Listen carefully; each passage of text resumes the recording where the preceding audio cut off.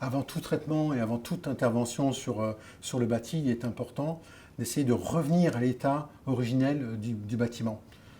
Et donc, à l'extérieur, si on a ramené des terres qui sont contre les murs, décaisser, protéger le bas de mur, mettre un drainage par exemple pour éviter qu'on ait de l'eau supplémentaire en pied de mur qui vont accentuer les remontées capillaires.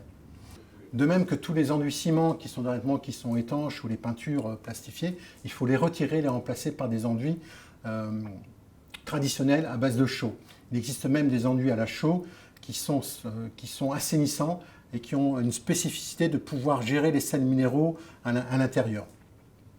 On comprend bien que cette pratique, c'est une pratique naturelle. On laisse le bâtiment finalement fonctionner dans son état naturel.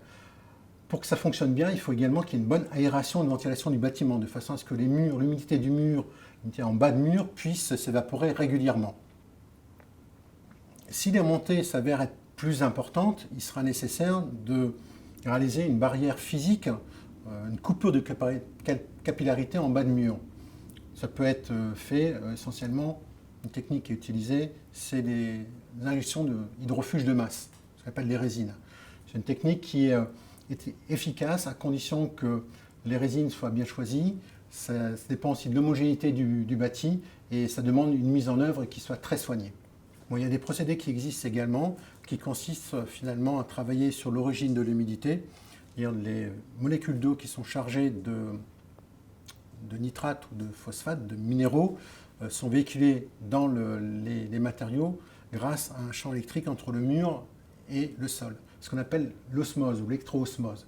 Donc les procédés qui existent vont avoir pour effet de créer un court-circuit qui va faire en sorte de laisser finalement l'eau dans le sol et éviter qu'elle ne remonte dans les murs, un court-circuit ou un contre-champ. On peut comprendre que ces types de procédés sont très efficaces lorsque on a affaire à une remontée Kepler par électro-osmose. Par contre, lorsqu'il y aura une quantité importante d'eau liquide en pied de mur, leur effet ne sera pas efficace du tout.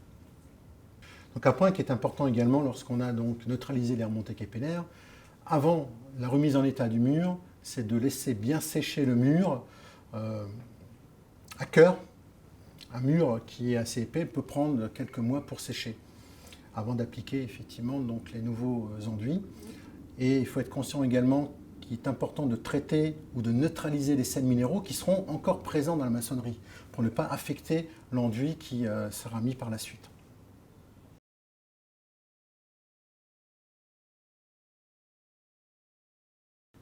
En fait, dans un premier temps, il est important de bien cibler les remontées capillaires, que ce soit des remontées capillaires ou autres sources d'humidité. Donc, il faut faire appel à un expert indépendant, dans un premier temps, pour bien cibler l'origine de l'humidité et adapter finalement les conditions d'assèchement et de remise en état au bâti, à la nature du bâti et à l'usage qu'on peut en faire. Bon, la démarche de l'expert, ça sera une démarche structurée qui permettra d'aboutir donc à l'origine précise de l'humidité à partir d'une enquête, un peu comme le médecin avec son patient.